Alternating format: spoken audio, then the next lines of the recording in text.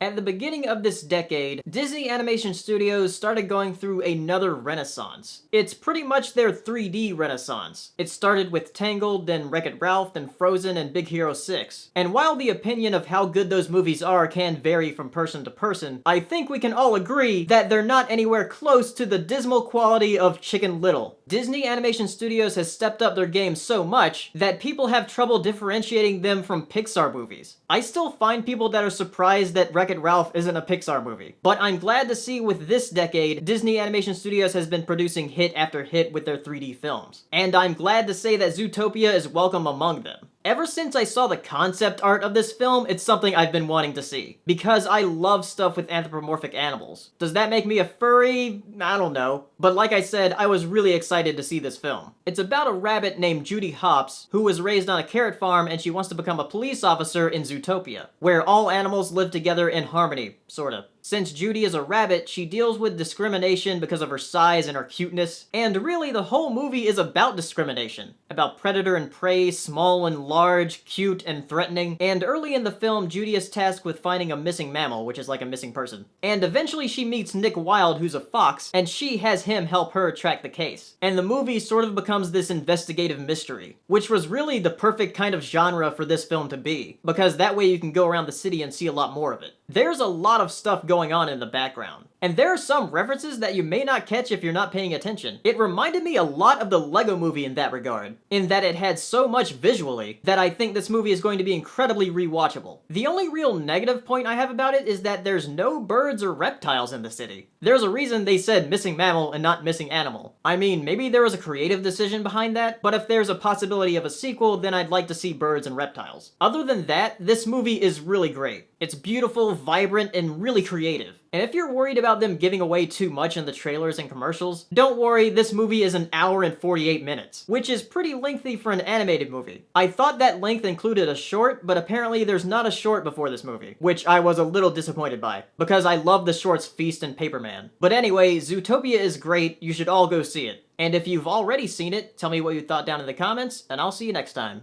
Bye.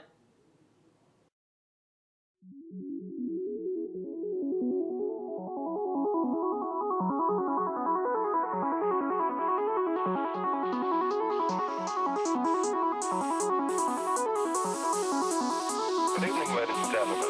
Well, by now we're getting a bit used to winter. We're like soldiers in the middle of a campaign, growing hardened to discomfort and better able to